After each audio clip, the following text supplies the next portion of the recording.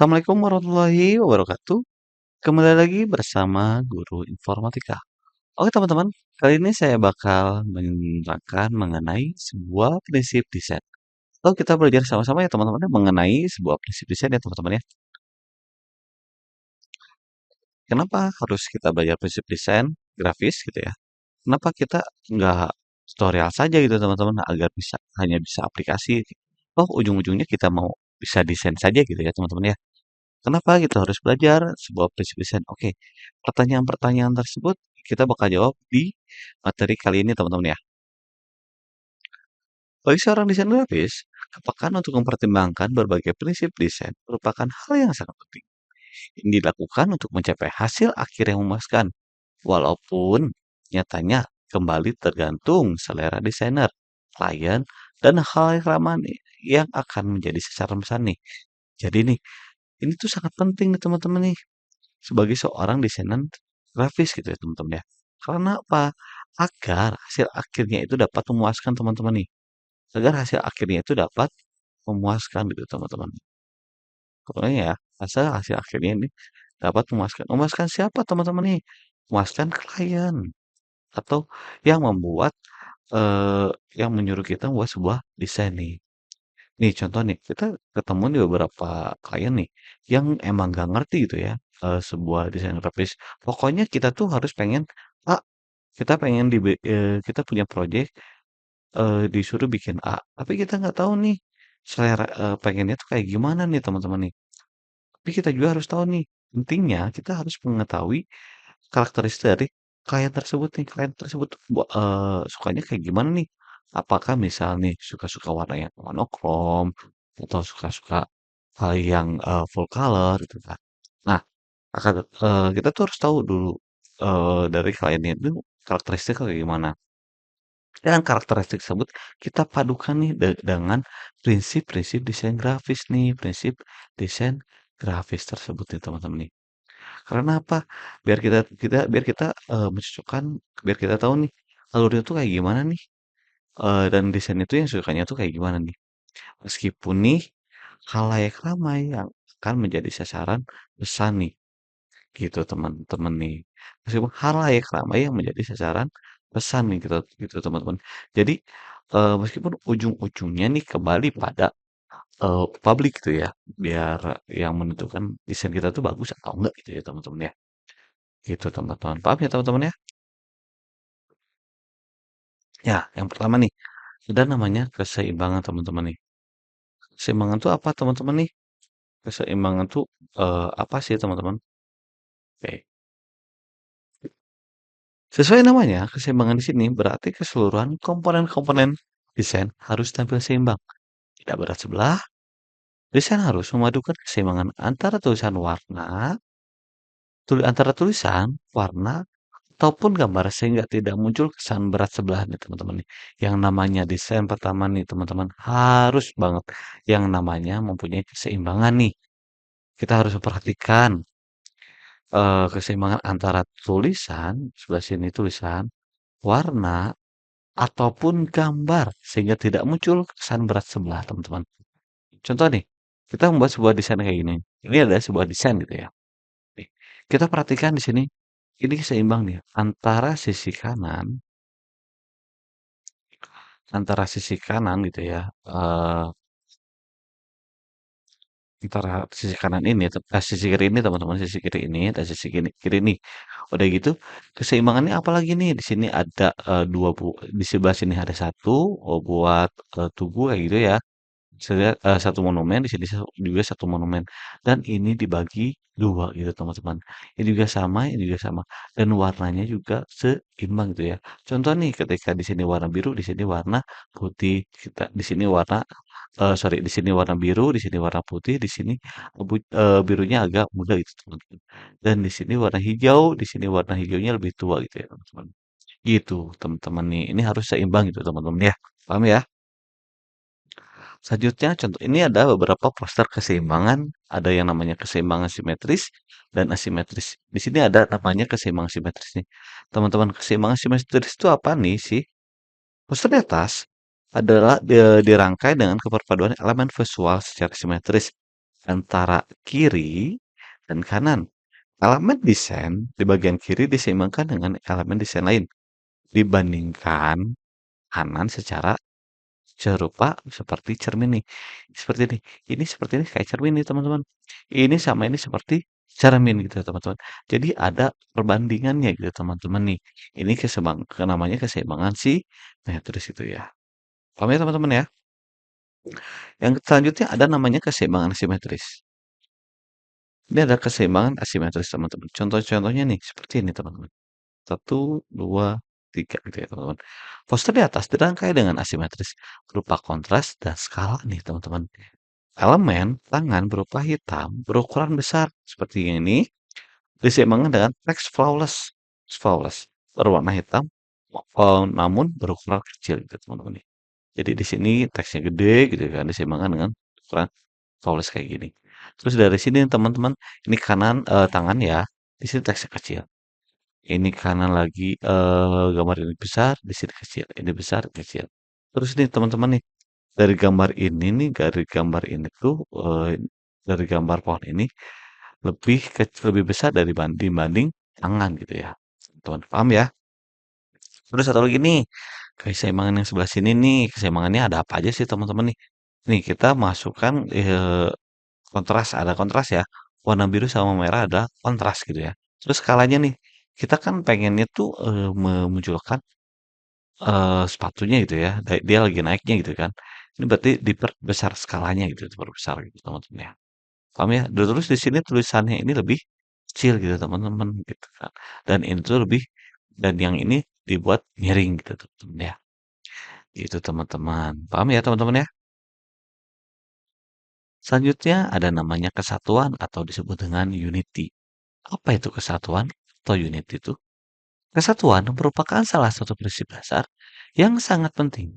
Tidak adanya kesatuan dalam karya desain akan membuat karya tersebut terlihat terebai atau kacau balau. Desain dikatakan menyatu apabila seluruh kesatuan tampak harmonis.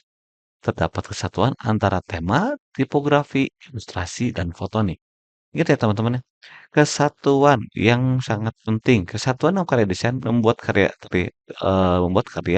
tersebut tidak terlihat terai-berai atau kacau balau.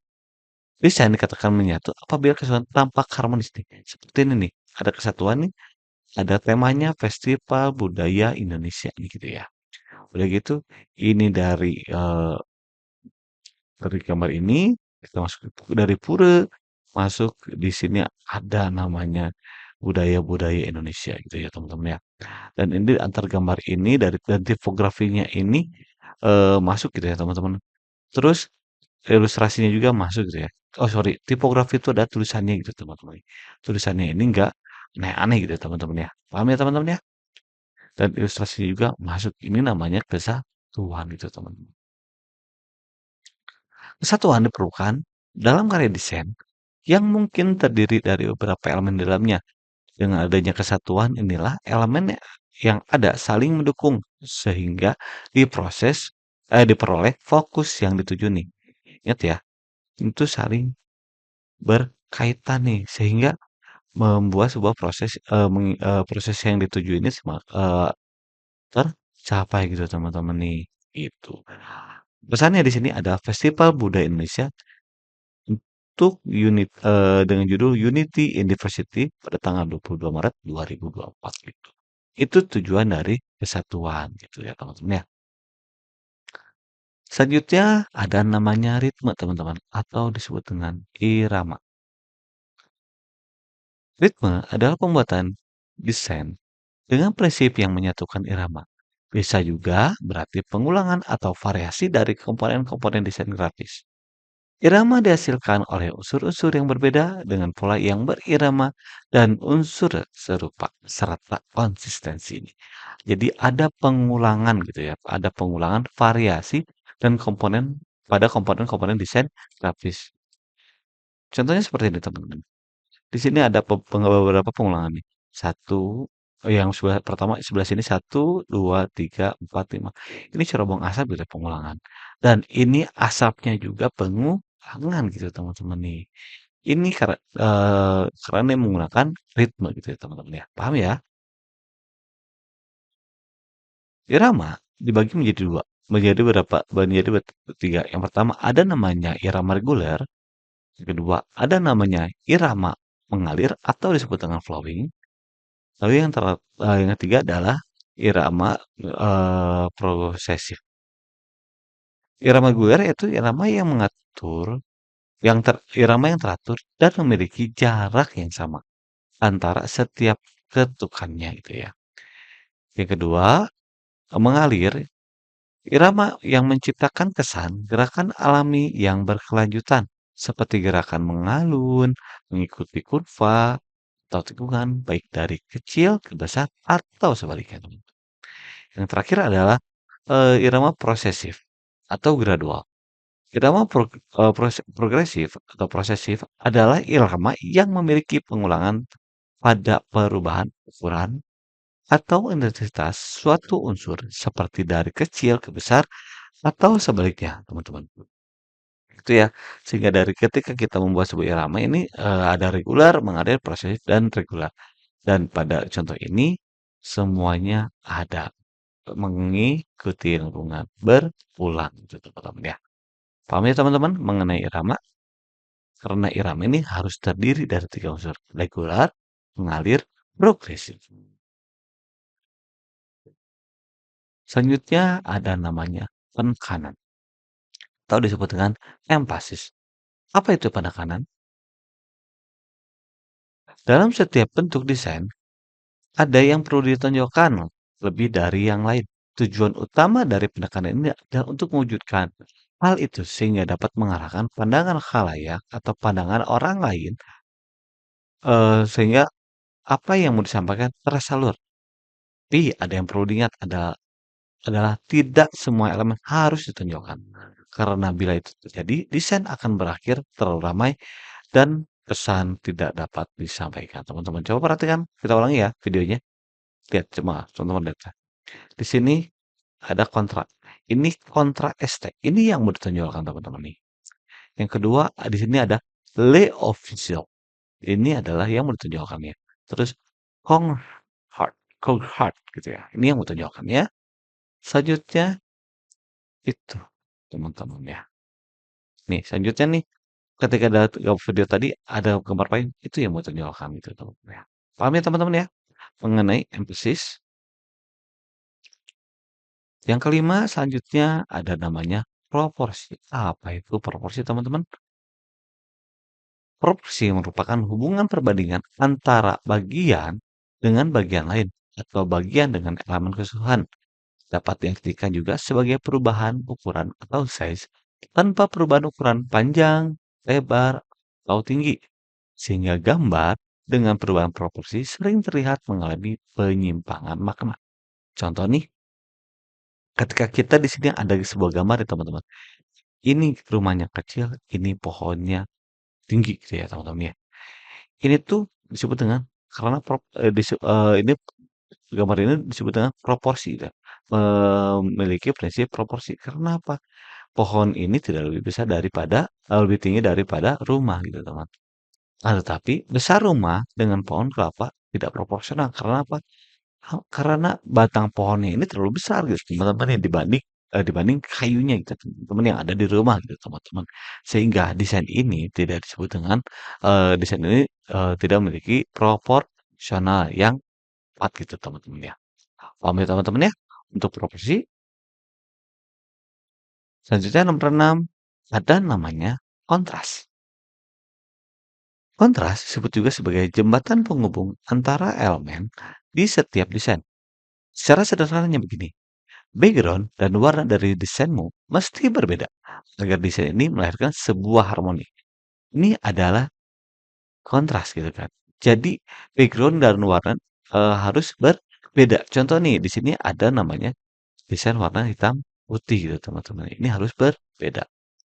Contohnya di sini kontras merupakan perbandingan dua hal yang sangat berbeda. Menghasilkan kontras. Misalnya nih hitam dan putih. Dianggap ya putih ada kontras terbesar. Kontras membantu menciptakan minat pada kerja. Bila desainer menginginkan sesuatu untuk lebih jelas, dia menggunakan sebuah kontras. Lihat ya teman-teman. Ini gambar, ini sebuah desain gitu ya. Kalau di sini warna hitam dan putih ini sangat menonjol. Ini kontrasnya gitu teman-teman. Sehingga ini lebih menarik gitu teman-teman nih. Jadi orang lain tuh bisa tahu nih menumbuhkan minatnya itu pada karya itu bisa kelihatan gitu teman-teman nih. Akan tetapi nih perlu kita perhatikan ketika kita membuat sebuah kontras, ini perlu diperhatikan adalah perpaduan warnanya. Contoh teman-teman nih. Contoh nih ketika kita menggunakan perpaduan warna antara pink dan merah gitu teman-teman. Ini tidak terlalu terlihat teman-teman. Seandainya kita menggunakan warna pink dan warna merah gitu, tidak terlihat. Karena tulisannya itu tidak terlihat gitu teman-teman.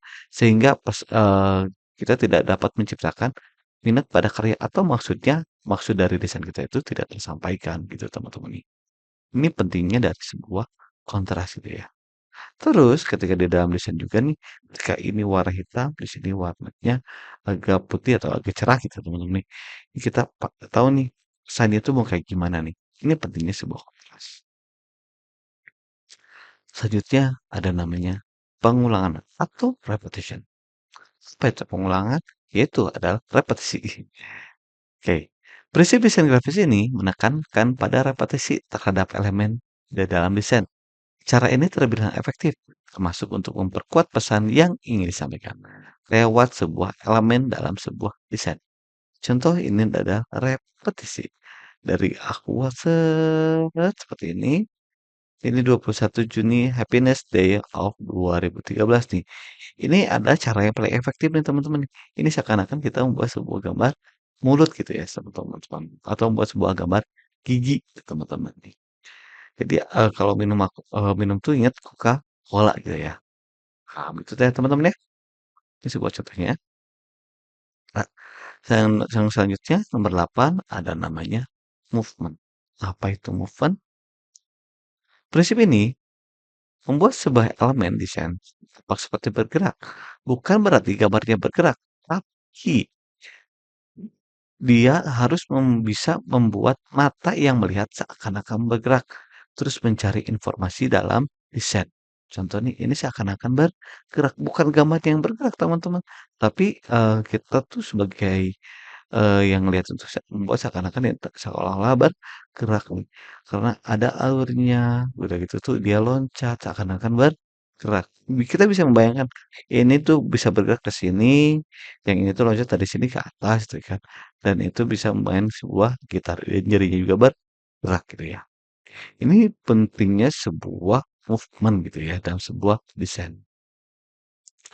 Yang terakhir adalah namanya ruang kosong, teman-teman. Prinsip ini memberikan desain sebuah ruang kosong di dalamnya. Dimaksudkan agar karya tidak perlu padat dalam penempatannya pada sebuah bidang dan menjadikan objek lebih dominan. Karena semua orang bersepakat bahwa desain yang terkesan sibuk akan penuh sangat tidak menarik untuk dilihat. Ruang kosong sangat penting dalam sebuah desain dan sering digunakan dalam sebuah desain. Misalnya memberikan fokus utama pada audiens terhadap suatu elemen dalam desain untuk kejelasan pembacaan sekaligus memberikan kesan profesional gitu ya dan sederhana. Ingat ya teman-teman nih, saya garis bawah ini di sini semua orang sepakat bahwa desain yang terkesan sibuk kan penuh sangat tidak menarik gitu ya. Ketika desain kita terlalu penuh gitu ya, ini tidak menarik atau terlalu ramai ini tidak menarik. Sehingga dibutuhkannya itu apa? Ruang kosong gitu teman-teman. Seperti di sini nih. Desainnya kan biasa saja teman-teman ya. Desain seperti sebuah desain ya. Di sini kita membutuhkan sebuah ruang kosong gitu teman-teman nih. Untuk menyampaikan apa? Pesannya gitu teman-teman. Dan ini juga dapat memberikan kesan profesional.